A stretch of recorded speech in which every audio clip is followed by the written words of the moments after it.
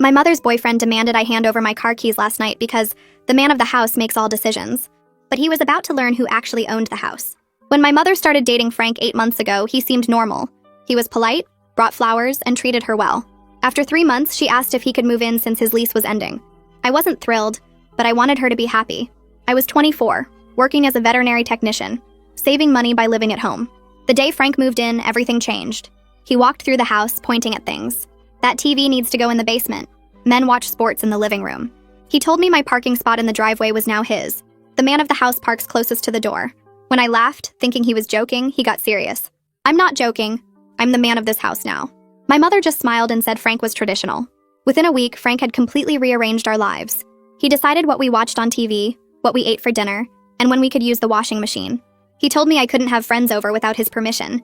When my boyfriend Adam visited, Frank sat between us on the couch and said no touching under his roof. He started going through my mail, saying the man of the house needs to know everything happening in his domain. When I complained to my mother, she said Frank was just establishing boundaries and I should respect him. Last month, Frank announced new house rules, posted them on the refrigerator. No music after 8, no guests without 48 hours notice. Everyone contributes grocery money to him directly. He'd handle all the shopping. I had to text him when I left and when I'd return. My mother thought it was sweet that he wanted to protect us. I started spending more time at Adam's place. Frank called me disrespectful for avoiding family time. He said real women support their household leadership. Started demanding I cook dinner 3 nights a week because that's women's work.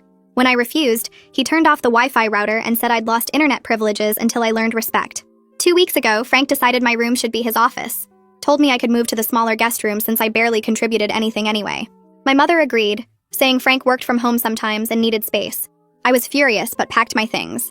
Frank immediately moved his huge desk into my room, hung his ugly sports memorabilia on my walls. Yesterday, everything came to a head. Frank announced he was selling my car because the man of the house decided one car was enough for me and Mom to share. He'd use the money for a new truck. He held out his hand for my keys. I laughed. He got in my face and said this wasn't a request. My mother stood behind him, telling me not to make a scene. That's when our doorbell rang. It was Mrs. Hendricks from next door with her daughter Elaine, who's a real estate attorney. Frank tried to close the door, saying we were having family time. Mrs. Hendricks pushed past him. Actually, I need to speak with the homeowner. Frank puffed up his chest. That's me. I'm the man of this house.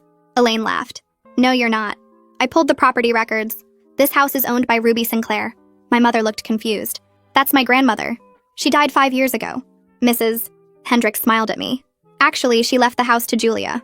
Your mother has been living here as Julia's guest. My mother's face went white. That's impossible. Mom left the house to me. I finally spoke up. No, she left it to me. You were broke after the divorce and begged me not to tell anyone because